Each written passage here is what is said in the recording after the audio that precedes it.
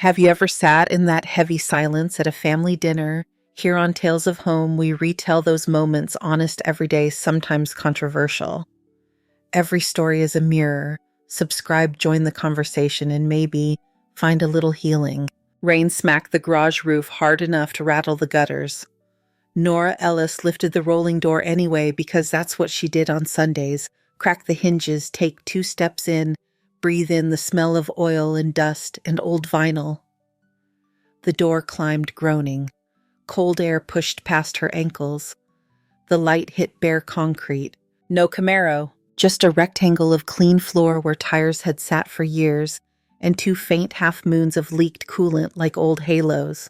The sound left her first. The garage used to have its own weather tick of cooling metal radio static, a socket wrench falling, and Jack's laugh after. Now the rain was all she had, slicking the driveway and tapping the aluminum ladder in the corner. Nora stood there with a paper grocery bag sweating through at the bottom, milk tilting toward escape. Her hand tightened around the handle of Jack's green thermos. The dent in its side fit her thumb perfectly. He dented it on a camping trip by Lake Winnebago, knocking it against a rock and then calling that bruise good luck. The metal felt colder than the rain. Michael, she called, but the garage made it ridiculous. It sent her voice up into the rafters and let it die there. He was at the kitchen table with a stapled packet and a pen, neat like always. The fridge hummed politely. The overhead light hummed louder. A water ring bled into the wood under his glass. "Where is your father's car?" she asked. Michael didn't look up at first. He checked a box, drew his line, then set the pen down parallel to the paper. "We closed this morning. A private buyer. Good number." She set the thermos down. It hit the table with a dull knock. "You sold it." "It's been sitting, Mom." He lifted the packet as if its weight could explain anything. Insurance, storage, depreciation. Depreciation. Nora repeated, tasting the word like a foreign pill. The kitchen smelled faintly of bleach from Savannah's weekly wipe-down lemon and something chemical. Rain made a pencil-thin river down the window over the sink. "Savannah has a plan for the garage," Michael said. "We can add value, custom built-ins, a climate-controlled closet," Nora said.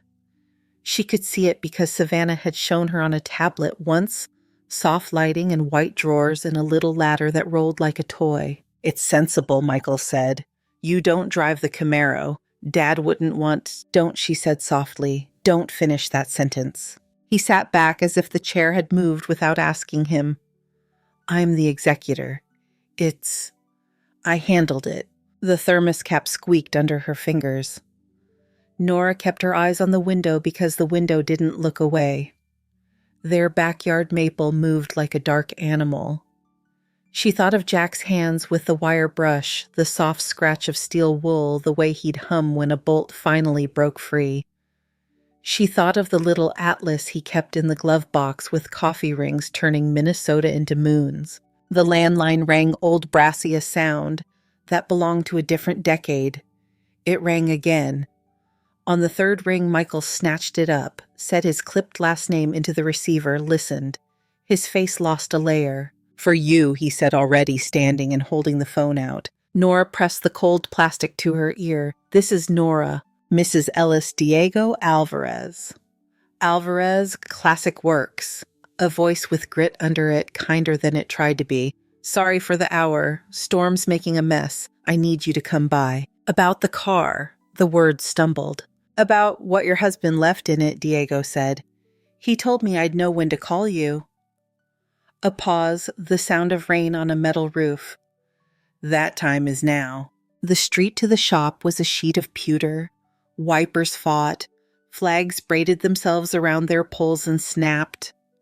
Nora drove slow, both hands at 10 and 2, as if the Buick could sense how much it had already lost. Alvarez Classic Works was a long, low building with a hand-painted sign in 3 bays. One door was half open. Fluorescent tubes buzzed in bands, throwing light on tool chests, a stack of vintage hubcaps, a poster for a drag meet from the 70s curling at the corners. Gas and solvent and coffee lived in the air like roommates that tolerated each other. Diego met her in the middle bay with a rag tucked into his back pocket and water freckles on his eyelashes. He had the kind of handshake that understood grief without naming it. "Mrs. Ellis." "Call me Nora," she said, and the name felt steadier than she did. "Jack and I spent more nights than I admit fighting that rear drum," Diego said, nodding toward the empty space where the Camaro would have been. He cursed like a saint. She could see Jack there. A stained shop stool, his ball cap turned backward because he said it made him think different. She didn't blink. If she blinked, she would lose him. Diego led her to a workbench where the Camaro's trunk liner lay like a shed skin. Next to it sat a cigar box, the cheap wooden kind with a paper label half steamed off. The top was carved with a clumsy letter N. Nora touched it. The wood was warm from the fluorescence. "Jack told me to look under the spare well only after the car left your garage," Diego said. "Said there was a hinge he didn't want me to find too soon." He smiled with one corner of his mouth. Man-like timing. Inside the box, a key fob with a small Subaru logo, a micro SD card in a clear sleeve, and one index card with Jack's handwriting clean and certain. "Not tomorrow." Ask Diego for the second key. Her mouth forgot how to open. The card smelled faintly of coffee even after years in a trunk. Diego watched her like he was afraid she might drop something breakable. She was. "Second key," Nora said. Diego folded the rag once more careful than he needed to. "We should step next door." The storm flickered. The lights hiccuped. Diego didn't hurry. That felt like a gift. They passed the parts washer and a bare chassis on a lift, a skeleton waiting for a body. At the end of the row of bays was a steel door painted the wrong shade of white. He unlocked it with a small key he wore on a shoelace around his neck. The room beyond was darker, quieter. The rain played a softer instrument on this roof. A tarp rose on a low shape, a car asleep. Smell of new. Smell of rubber that had never met a highway. Diego reached for the chain to the overhead light. He pulled. It blinked to life and showed a Subaru Outback silver under dust, the kind of silver Jack had once called not a color, a decision. "Jack signed it 3 summers ago," Diego said. "Title in your name." "We rotated the tires once a month, kept the battery on a tender, ran it around the block when the streets were dry." He held out a second key fob. "He paid me to keep my mouth shut and the engine honest." Nora stepped closer because her legs carried her there. The Outback had plastic still on the driver's seat. The cup holder held a small lump of something metallic. She reached through the open window and pinched it up by its chain, a tiny lighthouse cast in brass. The metal rubbed smooth where fingers might worry it. The brass smelled like coins and storms. "He said you'd understand that part," Diego said. A drop of water hit Nora's wrist. She looked up. The roof was fine. The drop had come from her. She tucked the lighthouse into her pocket and ran her thumb once over its ridges. The idea of Jack driving this car into some dawn and not telling her was absurd. The idea of Jack buying it and not driving it perfectly Jack. Diego pulled a plastic chair toward her with his boot. "There's more," he said, nodding at the card. "That SD card's a whole bunch of little videos." He set his phone on a paint can and talked. Seat position, mirrors, highways, breathing. "He made me rehearse where the hazard lights are in case you forget while you're scared." Diego scratched his cheek. "He said you'd say you weren't ready, and he said that's why he didn't ask." On the other side of the wall, the shop radio found a station and lost it. The low end of a bass line thumped and then disappeared. Nora looked down at the Outback's floor mat. It had tiny molded waves in the rubber so sand wouldn't travel. She could imagine Jack's hands picking that detail on purpose.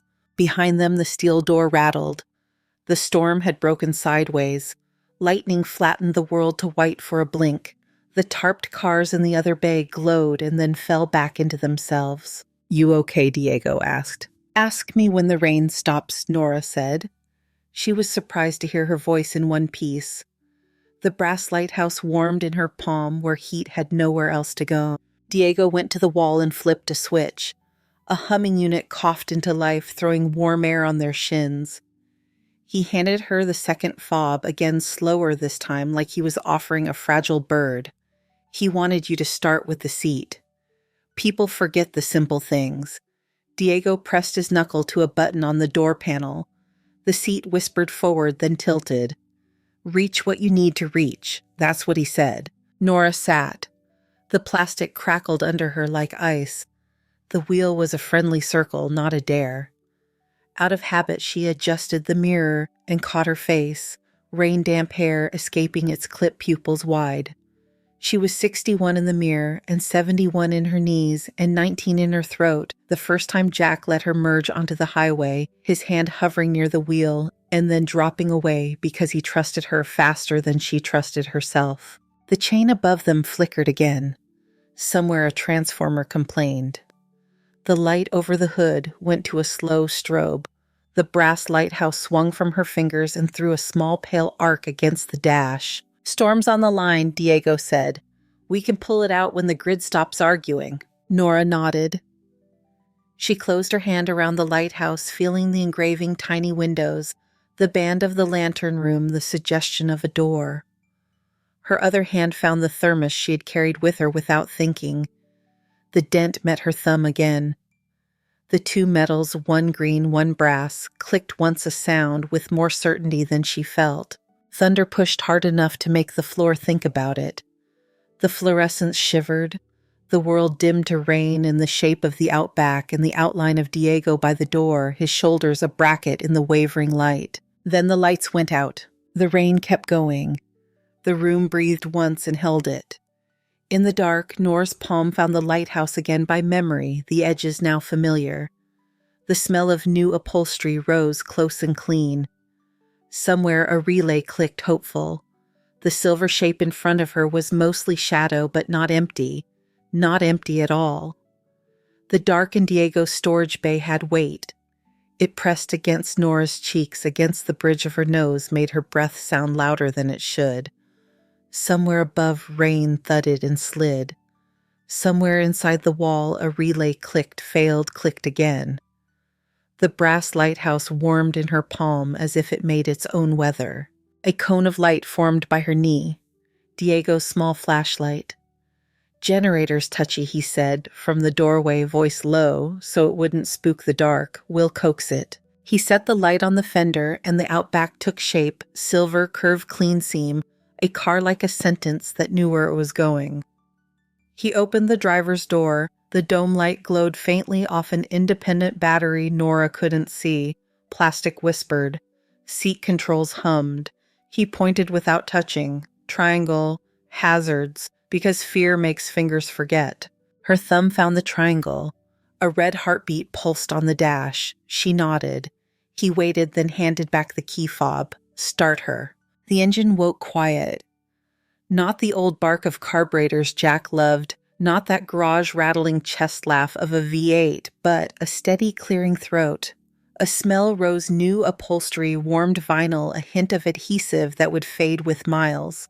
The rain drummed faster, like applause getting ahead of itself. Foot to brake, lights on. Diego's voice had metronome patience. Good. He walked to the bay door, rolled it up just enough for the nose to slip out, then slipped into the passenger seat. One loop around the block, he said, slow, like carrying soup to the table. Nora eased the car forward. The silver hood caught a tremor of lightning, then lost it. The rain turned to needles. The shop sign, flashed by letters running with water, Alvarez Classic Works. The street had collected itself into a wide, shallow river that moved more certain than traffic. She kept it 10, then 15. The wipers found their rhythm. The lighthouse knocked once against the console, a small brass sound, not insistent, just there. At the corner, Diego said, "Turn left," and she did it without talking to herself out loud. It felt like the first clean line in a sketch. They made the loop 4 turns and a pause for an ambulance and slid the nose back under the metal eyebrow of the bay. When she killed the engine, the rain sounded somehow more polite, as if it knew when it wasn't the main act. Diego set the flashlight on the bench and dug in a drawer until screws clinked like coins. He came up with a tiny plastic card reader, translucent like candy. For Jack's SD card, he said. TV's easier than a laptop if you want it big. He made 24 clips. Short, bossy.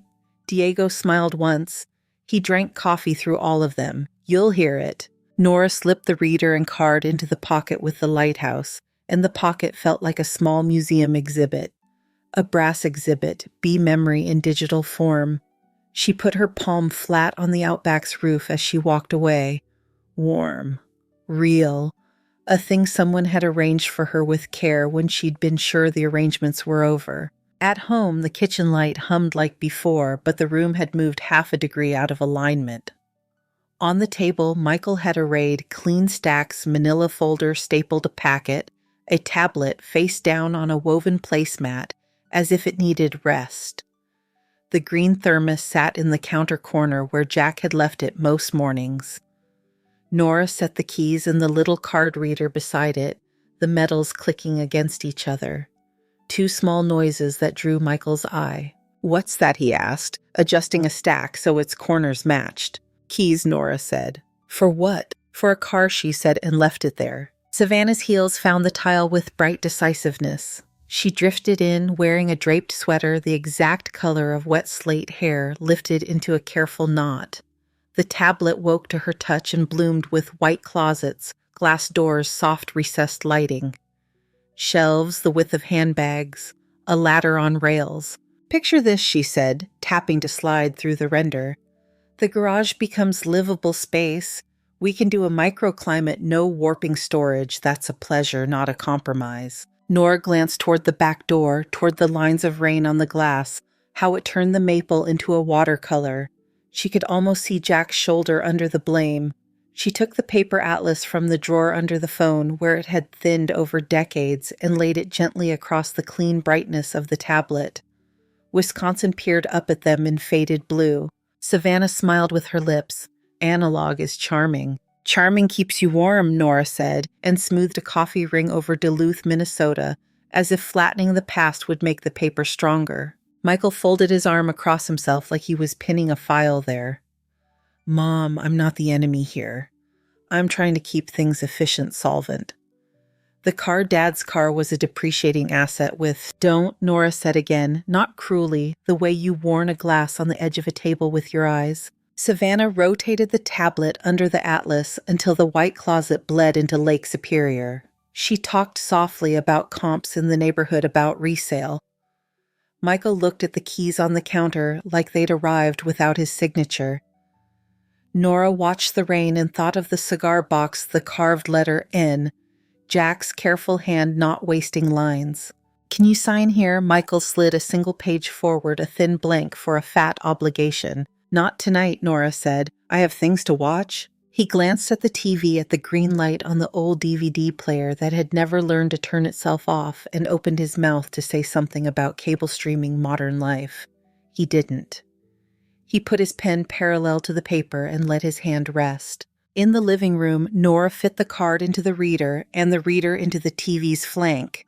The blue input screen blinked, thought about it, then found 24 little rectangles labeled in Jack's two neat caps. Clip 01, Clip 02. The first filled the screen, a garage's fluorescent hum in the speakers. Jack's face too close to the lens for a second as he set the phone on a paint can and stepped back. He was wearing his red cap, the one he only turned backward when bolts didn't listen. He lifted the green thermos, sipped, swallowed, and put it down. "See?" he said, looking into the middle distance where the phone's eye lived. "Don't be noble, slide it up. Feet to pedals like you mean it. Mirrors are breaths. Each check buys you one." The clips ran like postcards from a place where time had been held for her. Hazard lights. Where to put your right thumb. Why hands at 9 and 3 made more sense now. "If you panic," he said in clip 07, the camera, catching the way the shop's light drilled a white hole into his gray hair. "Find the shoulder with your shoulders. Drift. The car wants to help if you don't fight it." In clip 11, he stood outside the car in his shirt sleeves, and rain made a pattern on the concrete behind him like sheet music. "Practice at night," he said. Most people wait because they think daylight is kinder, night's honest. Your eyes learn the distance under a street lamp better than in noon glare. She watched until the room cooled, rewound once, then twice, let his voice fill in cracks the house had made. When the last clip ended, the TV returned to its polite blue. The rain had softened to a clock. Michael's page still lay on the table in the kitchen, the pen still faithful beside it. Nora set the reader on the tray where keys lived and stood for a moment with her hands on the thermos. The dent decided where her thumb would go without asking. May Collins had forearms like she used them. She shook Nora's hand in the high school parking lot, and it felt like competence.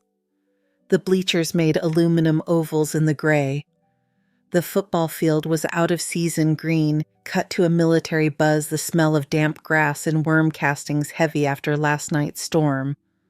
A gull stood on the 50-yard line like it owned yardage. May had a laminated card on a lanyard and a coffee mug with chipped enamel. "Start by deciding where your feet live," she said through the open window.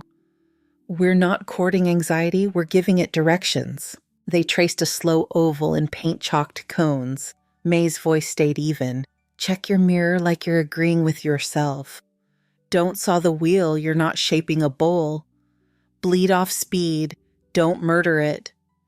She tapped the dash with a knuckle when Nora overcorrected, said nothing, when Nora found the center and kept it. When the Outback rolled to a stop, Nora heard a robin scold from the hedge and beneath it her own breath making more sense. They ran drills for 2 hours. Signals. Right turns with wide to tight radius. A lazy figure 8 around tethered trash cans that wanted to be barrels. The only time May's voice sharpened was when Nora forgot to breathe at a 4-way. In May said calm with iron, "Out, lungs before left turn." At dusk, May pointed at the river road on Nora's printed map. "Lights on. We'll glide slow. There's a dip by the old lift bridge that wants to surprise you. Don't let it." They went after dark. The river took the city's neon and laid it flat, kept some for itself. The lift bridge stood like a vertebra against the skylights, blinking a pattern only the river could read. Bakery on Water Street sat blacked out except for a square of backroom light. The smell of vanilla and sugar hung around it like a coat someone forgot. May had her feet on the floor like there were petals there anyway. "Parallel park behind the delivery van," she said, as if the van had been placed for this alone. Nora measured with the mirror, turned the wheel a full spin, backed slow until the curb suggested itself in the mirror's bottom corner. Her hands made a small correction. The car slid into the rectangle without scraping pride or paint. She let it idle the engine a steady kindness. From the river's direction came the low horn of something heavy and unseen moving through black water. May wrote one word in her notebook, tore the page, left it on the dash. "Keep." In the tiny letters she had curved into a neat badge-perfect angle. They ran the route again, no notes this time, then turned back. When Nora killed the lights in her driveway, the dark on her own street didn't feel like the absence of anything. It felt like it had room for her. Michael's SUV wasn't in front. The kitchen had on only the under-cabinet strip that made the counter float. The paper he wanted signed sat there alone, unoffended by being ignored. On the answering machine, his voice, "Call me back," and then, "Are you covered for night driving?" and then softer, "Please call me back," she called. He answered on the first ring.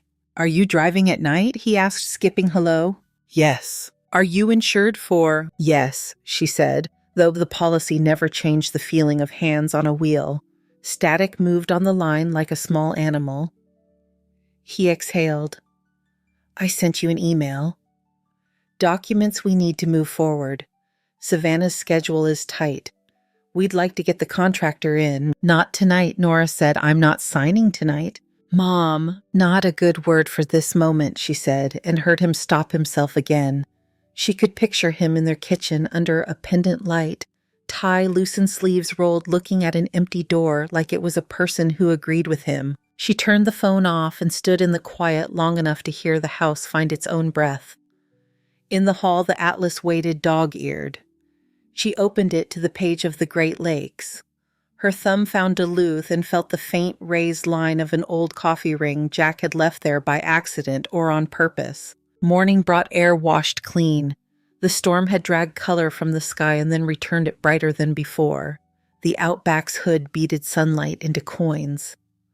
Nora filled the green thermos until it clicked, slipped the brass lighthouse onto the stalk of the turn signal where it wouldn't interfere but would look like it belonged. She locked the door behind her, and it sounded less like keeping things in and more like keeping weather out. Diego stood in the shop's side doorway, coffee in a paper cup, his rag over his shoulder. He lifted his chin. "Seat," he said, like a benediction. "Mirrors. Hazards. Then go." She nodded. The engine started with the same steady clearing of its throat. The seat hugged her knees where she'd told it to. The Atlas lay on the passenger seat, open to blue and green Duluth, circled by a ring of brown that had once been hot and sweet and careless. The keys were light in her hand. The lighthouse tapped once against the column and rested. On-ramp clean as new chalk. The morning threw a clear stripe across the windshield. A yellow sign flashed on the right, deer crossing next. Toomey antlered silhouette mid-stride. The tire pressure light blinked once in the cluster like a thought and went out. She breathed like May had taught mirrors our breaths and found the gap. The wheel felt like a promise she didn't have to say out loud. She eased forward and the car, new to the road, but not new to the idea, came with her. Lake Superior found the sky and made it colder. Duluth rose out of fog like a ship that hadn't decided if it was docking. Nora rolled the Outback off I-35 and followed Harbor Drive past cranes and stacks of timber the color of wet toast. A freighter leaned at the slip quiet as a house its name half-eaten by mist. The air got into her hair and stayed there, metal, fish, cold iron. She parked by the canal.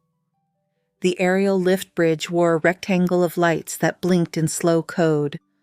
Gulls worked the wind like they'd been practicing decades just for this hour. A coffee truck steamed near the boardwalk. The barista's breath came out white. Nora wrapped both hands around the paper cup until her knuckles forgot rain. From the Atlas, a postcard slid loose and landed face down on her thigh. When she turned it over, a lighthouse stood small and stubborn against big weather-white body black crown, a railing like a ring on a finger. On the back, in Jack's blocky print, "If the fog argues, read slower. No date." The corner held a faded crescent of brown, same coffee tone that ringed Duluth on the map. She kept the postcard under the clear sleeve of the Atlas like a pressed leaf and walked to the railing. Water lapped at the rock wall with that hollow sound large lakes have. A horn bellowed from somewhere invisible and low, and everyone on the boardwalk turned their heads as if called by a name. Nora lifted the green thermos cap to her mouth, tasted steel, warmed by cinnamon and dark roast, and let the fog touch the backs of her teeth. By noon, the sun started tearing holes in the blanket. On the uphill streets, houses stood with their feet braced as if Duluth might tilt any minute. She pointed the Outback west. The brass lighthouse tapped a rhythm against the column when the expansion joints in the asphalt lined up just wrong. The road straightened out after Cloquet and learned how to be flat. Pines gave way to long fields with round bales like sleeping animals. The sky got tall enough to demand a different word than sky. Near Fargo, the air thinned to a mean brightness. The first hailstone cracked against the windshield like a knuckle, then a handful more, then a roar. The wipers turned useless. Ahead, the road rose onto a steel truss bridge, with rust bleeding down the joints in handsome stains. The shoulder under the approach offered a shadow. Nora slid beneath and braked the car into quiet while the storm worked itself out on the span above. Hail jittered on the concrete in white marbles. 2 rigs already idled their long-nosed Kenworths, wet-chested, their chrome running down like tears. A man in a ball cap and a woman in a flannel overshirt sat on a milk crate between them, sharing a bag of pretzels in a thermos like it was Sunday at church. The woman raised her chin hello. "You want a trick," she called over the drum. "Tape your fog lights." "Pardon," Nora leaned out her window. "Painter's tape," the man said, holding up a roll the color of an old robin's egg. "Keeps the glass from spidering if you catch a pebble at 60. His voice had a Minnesota vowel that softened the edges of numbers. "I have—" Nora checked the center bin, blinked at herself. Diego's rag and a roll of blue tape had ridden with her since yesterday. His habit. Jack's habit before that.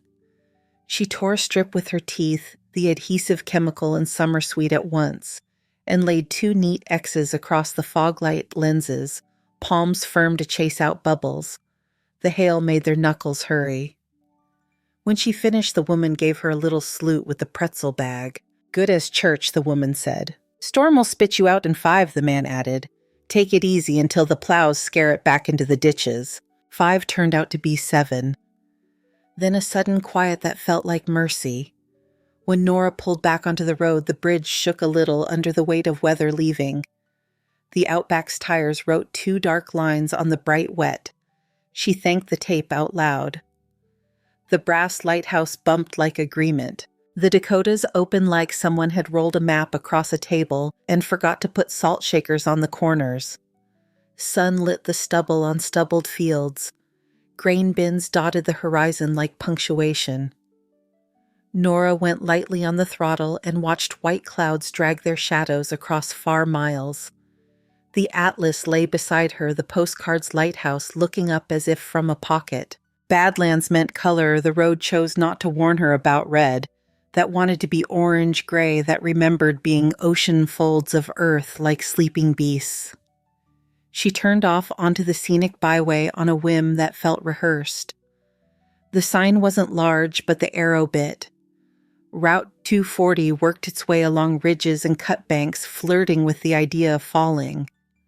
Wind came up from somewhere old and pulled at the edges of her sleeves. She parked at an overlook where a slab of concrete pretended it could frame geologic argument. A photographer in a canvas jacket crouched with his tripod legs spread like cautious deer.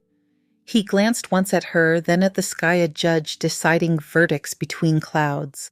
"Light's coming," he said. Nora tucked the thermos into her elbow and squinted. The sun slid under a thin curtain and set the Badlands to glow from inside their bones. The colors deepened as if someone was turning a knob she could not see. She forgot to count breaths. When she remembered, they were already even. "Where are you headed?" he asked, without moving his eye from the viewfinder. "West," she said. "You going alone?" "Not exactly." He nodded, not the kind of nod that required explanation. "There's radar on your phone to catch the tantrums before they hit the asphalt. I still look at the sky." "Do both," he said, lifting his gaze to the actual weather just long enough to call it by name. Double-entry bookkeeping, old and new agreeing. On the way back to the car, a pronghorn watched her from the cheap grass, with eyes that made straight decisions. Wind threw her scarf sideways and tied a knot that made it less polite. The postcard slid to the floor mat when she closed the door, and she pinned it back under the clear sleeve again with one careful finger. At a rest area with vending machines that carried a whole row of off-brand lemon cookies she called Michael. Cell bars came and went as if they had places to be. "You changed the route," he said. "No hello." Paper in his voice. "I took the scenic highway. Aren't you supposed to be in Rapid City by dinner?" "Dinner won't mind." She watched a family in matching sweatshirts take turns climbing a cement bison. The kids' laughter had gravel in it. "Mom, the plan is a suggestion." She let the sentence find its end without hurrying it. "Frames don't make the painting, they just keep it on the wall." Static rode the wind over the line for a beat. When his voice came again, it was smaller around the edges.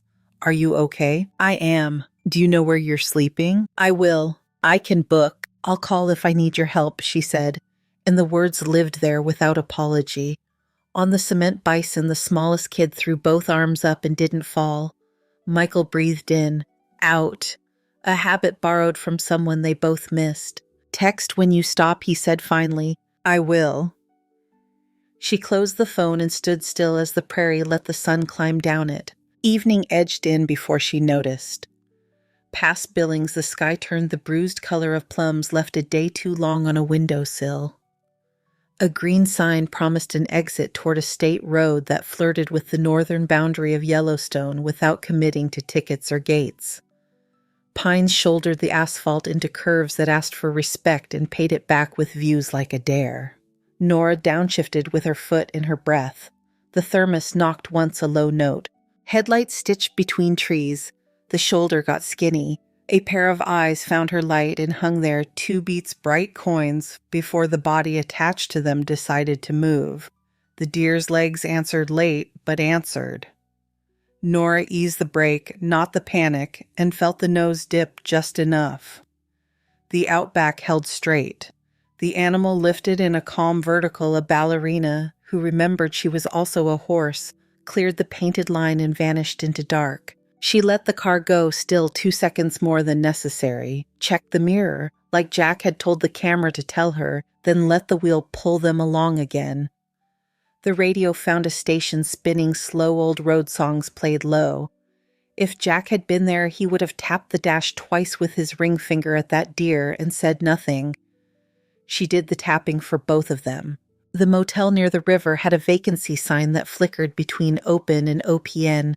The clerk wore a wool cap inside and a smile too wide to doubt. The room smelled faintly of bleach and older heat. Nora set the thermos on the dresser and tried the lamp twice before it surrendered light. The email waited in her inbox like a warm coin in a cold bowl. Subject line, invitation coastline, Concours d'Elegance Astoria. The body used her full name and congratulations in the careful tone of people who throw parties other people park under. The sender, Thomas Hale. He mentioned Diego the Camaro, a place near the mouth of the Columbia River where cars gleamed under a glass canopy and the air carried brine. There was a digital poster attached. She enlarged it until the pixels thought about it. Under the event title in serif letters, a row of cars shined like knives and mirrors. Third from the left, Jack's Camaro, no doubt, in the stance, the nose the line where the fender met the light. The paint read red in the way certain reds refused to be named. She saw the reflection of scaffolding on its hood. She saw her own house in the way it caught light, not the shape, just the idea. Her hand closed on the brass lighthouse. The little windows dug kindly into her palm. Across the room, the atlas lay folded open on the desk, the coffee ring still insisting Duluth mattered, even though it was now hours behind her. She set the postcard on the desk corner so the lighthouse on paper looked toward the one in her hand. The motel's heater clicked in blue air that smelled faintly of copper pipe. Somewhere beyond the window, the river moved heavier than wind deliberate. She shut the laptop and let the poster's afterimage float on the inside of her eyes until it faded. Then she opened the drawer where the motel kept the notepad with its logo and wrote 2 words on the top page and tore it off. Astoria invites. She tucked the slip into the atlas where Oregon began, pressed it under the clear sleeve on a county whose name she didn't recognize yet. The brass lighthouse made a small circle on the wood when she set it down. The ring it left wasn't coffee, but it marked the desk just the same. The room went quiet the way rooms do when they're listening. Nora sat on the bed and unlaced her shoes, set them side by side on the carpet pointed toward the door. The deer's eyes replayed once smaller, then turned into ordinary stars. When she turned out the lamp, the wall went to blue. The heater breathed on her ankles. Rain tried the window once like a cat and then gave up, and the dark found its size. Morning burned the storm out of the sky, left edges clean. The motel lot shone in shallow puddles that copied clouds with better manners. Nora poured the thermos, full-capped it until the threads kissed and slid the atlas into the seat back pocket where a passenger might live. The email about Astoria sat quiet in her inbox. Paper still made better promises, so she tucked the 2 words she'd written Astoria invites under Oregon like a bookmark that didn't ask for attention. I-90 lifted her into Montana light. Butte's copper scar flashed and was gone. The road began to climb graceful until it wasn't. The green needle on the fuel gauge drifted from conversational to rude. She glanced twice, then again, like rechecking a name you should remember. A sign on a hinged post rattled in the breeze. Next services 26 and mum. She tapped the wheel with her ring finger the way Jack used to do when he wanted a thought to settle. The thermos thunked once in the cup holder as if agreeing. Cell bars on her phone climbed a ladder and jumped off. They landed. She called Michael. He picked up on the first ring. "Where are you?" "Climbing," she said. The car drinks like a teenager. Homestake paper shuffled on his end. She pictured a finger tracing a digital map. "Yes. Okay, listen. Whitehall has a station just beyond the pass. 21 miles. You're fine if you feather the throttle and don't sprint the hill. Keep it under 2,000 revs." Under 2,000, she repeated, because repeating sometimes turned into doing. A semi slid past with a hiss that rubbed gravel into the day. The driver gave her the small wave strangers give when they agree to share a road. Nora let the speed bleed to the right number, and the Outback responded with the kind of patience machines keep when people stop asking them to be heroic. "Talk to me," she said. What about Michael's voice softened a fraction? She heard a chair complain under him. Anything, she said.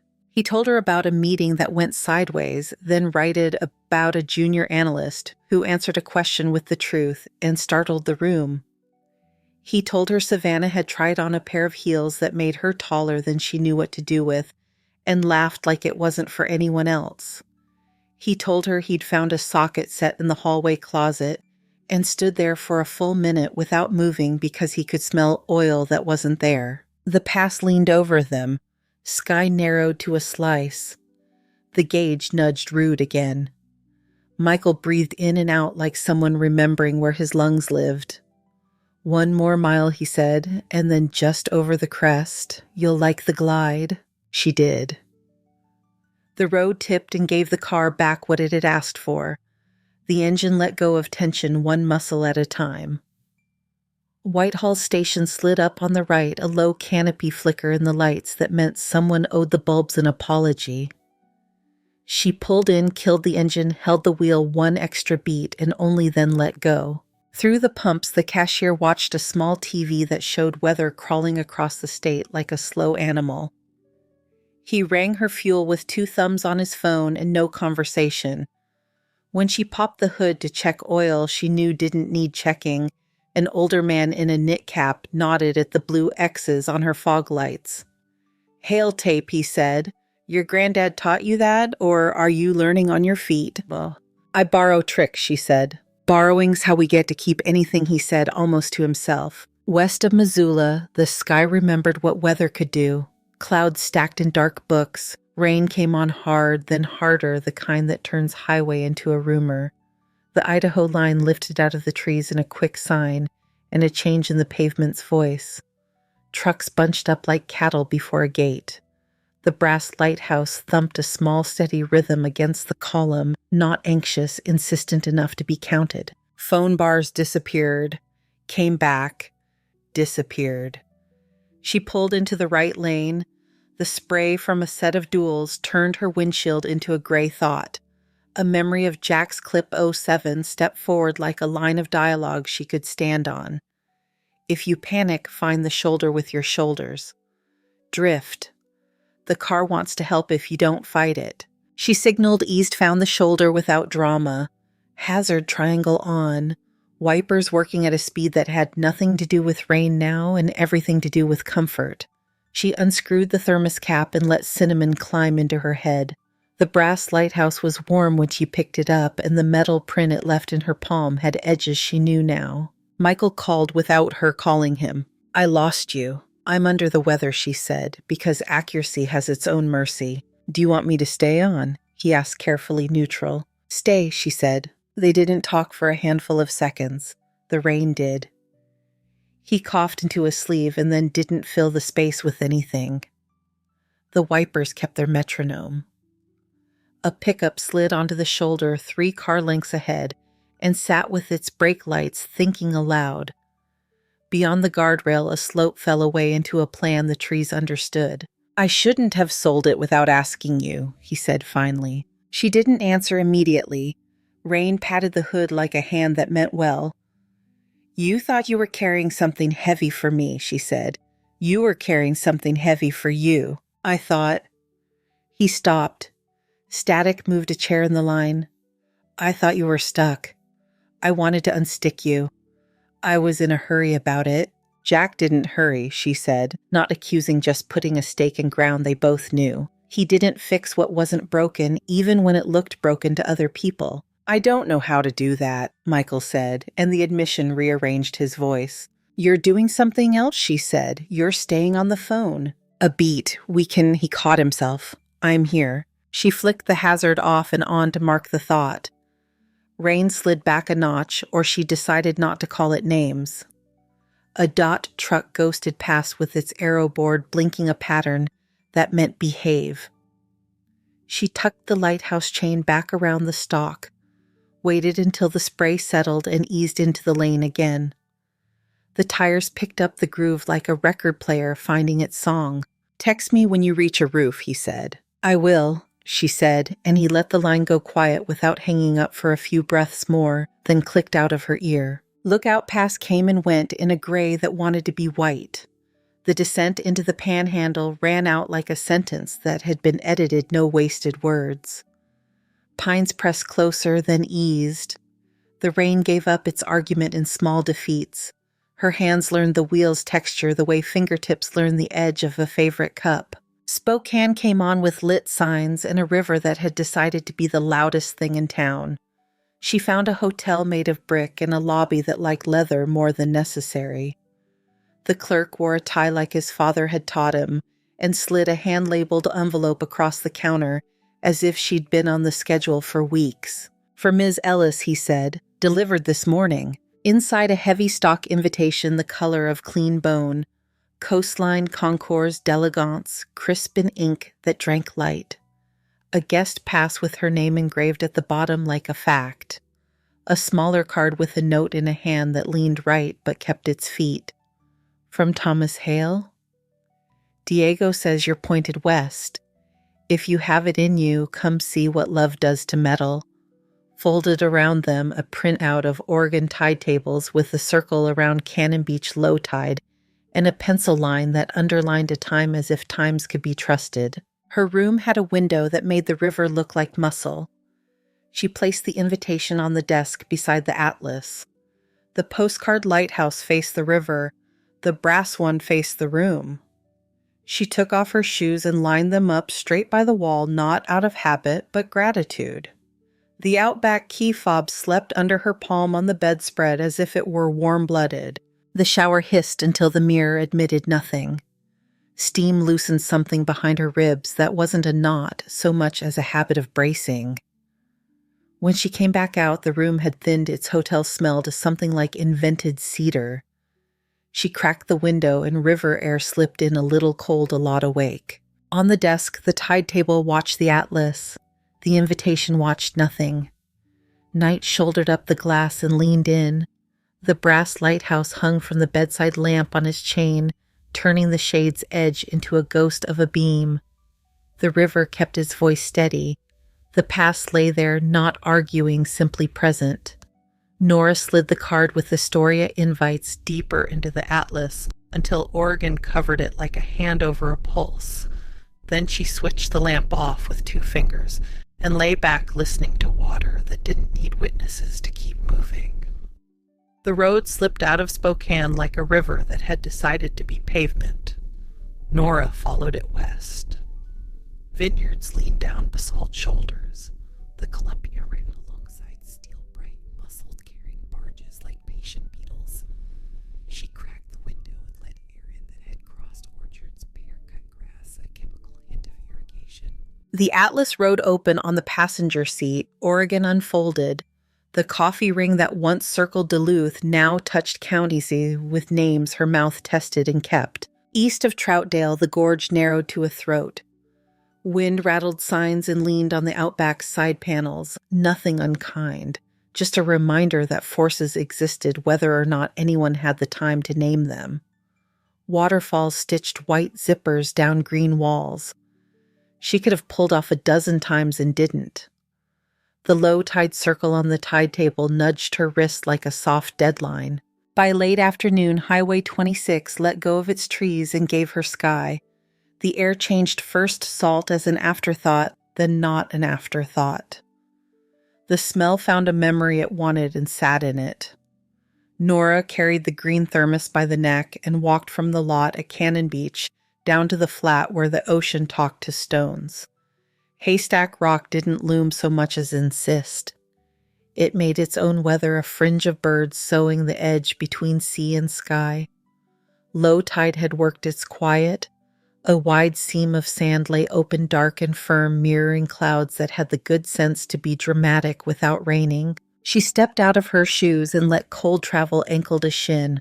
A boy in rolled jeans ran past her with a plastic pail and the kind of concentration that fills your whole head. She waded toward the tide pools at the rock's base. Anemones held pools of green so clear it made her throat ache. Ochre sea stars clung like bruises that refused to be explained. Barnacles whispered stone syllables to the water, not for anyone else. She crouched until her knees remembered new angles and set her fingers on a rim of rock, slick with algae. The brass lighthouse knocked her wrist once a soft note. She looked up at the real one on the postcard in her pocket, and then at the air which had no lighthouse except the small one in her hand. When she stood, a gull sidled close enough to be a critique. She gave the sand back to her shoes and followed the firm path the tide had left. At the car, she poured coffee and drank it standing, the steam lifting into marine light. Her hands warmed around the thermos. The ocean put a little salt on her lips and let her keep it. Astoria wore history like a coat that still fit. The bridge arched across green water thinner than the sky. A glass canopy rose by the river walk like someone had set a greenhouse down to see how cars would grow. Signs for the coastline Concours d'Elegance sent her toward a lot, where attendants and slickers guided cars into order with the politeness of ushers. Inside tires rested on carpeting with the texture of careful lawns. Chrome read faces and turned them into geometry. An old Bentley held court like a cathedral. A hot rod from a wilder decade glowed red enough to deserve the attention it got. Thomas Hale found her as if the event had been staged to make that possible. Nora, he said, offering a hand that had built more than it bought. Diego undersold you. I'm easy to undersell, she said, and he laughed like he expected the opposite. He walked her to a spot off center like good music would place a drum. Jack's Camaro stood quiet and alive. The red wasn't candy. It was lacquer that carried depth, the kind of finish that made light go somewhere and come back changed. The stance was right, a slight crouch like a sprinter that enjoyed standing still. The plates wore a familiar number. The hood reflected the canopy's grid into diamonds. Thomas spoke softly as if the car slept. We did no harm. Fluids, tires, a detailer who treats paint as an instrument, not a surface. Nora put her hand near the fender and stopped before touching, then let her knuckles rest against the air there and finally the paint. Heat lived under metal the way a pulse lives under wrist. She set the green thermos by the front wheel cap up. It made a little green moon at the base of the red. Will you sit? Thomas asked. No, she said, not from refusal. I remember how it feels. He nodded, a man content to let memory be a legitimate seat. People moved through the space with hands folded behind backs or tucked into pockets the way open reverence sometimes hides. A boy's face leaned into the Camaro's quarter panel, broadcast there in polished cherry, and looked older than the boy, as reflections always do. A hand brushed her elbow. She turned. Michael. No explanation, no fanfare. He wore the look of a person who had gotten on planes for smaller reasons and now could not imagine having stayed home. You told me where you'd be, eh? He said as if that solved geography. Savannah stood behind him, hair down, the gray sweater from Milwaukee draped looser as if it had been taught something since then. Savannah smiled with all of it. It's beautiful, she said to the car, then after a beat to Nora. You came a long way, Nora said. Michael looked past her at the thermos, at the red, at the precise gap where hood met fender. His voice tried on a lighter weight. "I had help," he said. "Air traffic control." Thomas introduced himself. Diego appeared from a speaking knot of men in branded jackets and grinned like a brother. There was a small ceremony Nora did not stand for. Applause moved through the canopy like a summer rain. Jack's name belonged to the microphone for a minute. Nora kept her hands by her sides and felt the clap in her palms anyway. Chowder tasted like someone had put winter into a bowl and convinced it to behave. The three of them sat by a window that looked onto the river where pilings wore shaggy green coats. Steam fogged the glass. Savannah drew a small lighthouse with her fingertip in the blur. Michael added a beam, one precise line, then another, less certain. Nora didn't add anything. She watched the drawing until the glass remembered its job and took it back. After they let the road do the talking, US 101 threw itself into curves that made room for trees. Sitka spruces shouldered in, then stepped away to let an inlet arrive. The outback moved like it had been measured for this. Ocean showed its teeth and then smoothed them with foam. The brass lighthouse swung from the stalk and tapped once when the car found a seam in the road it liked. Michael drove first hands at the right places without being told, eyes like someone reading a page he'd been assigned and discovered he liked. Then he eased the car onto a turnout and set the brake. "Take it," he said. They traded seats. He adjusted the belt on the passenger side and found where to put his knees. Savannah rested her palm lightly on the door like a person who believed doors could be friends. Nora gripped the wheel once and let go, then gripped it correctly. She checked mirrors and didn't count the checks. The car moved. The road did its slow applause. A crow paced the guardrail and turned its head at them as if they'd told a joke too quietly. The lighthouse knocked in a rhythm she knew now. Astoria's hotel room had a window with a thin view between buildings to the river's shoulder. Night drew it chalk blue. Nora opened the atlas on the desk and slid the slip that read "Astoria invites against the coastline" until the paper's edge matched water. The brass lighthouse lay beside it, chain in a loose S. The tide table whispered its numbers.